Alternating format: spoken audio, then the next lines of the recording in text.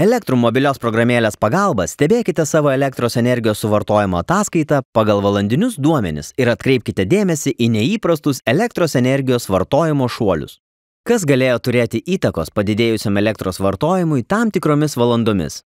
Galbūt netinkamai naudojate šaldytuvą?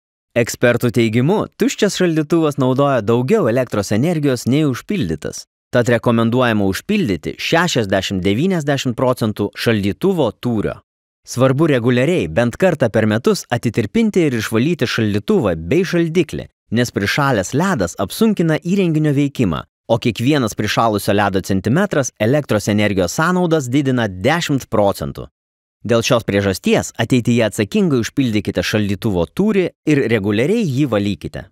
Elektros energijos suvartojimo ataskaitoje galėsite matyti, kaip energijos vartojimo kreivė sumažės. Beliks tik pasidžiaugti mažesnėmis sąskaitomis už elektros energiją. Daugiau pozityvios energijos su Elektrum.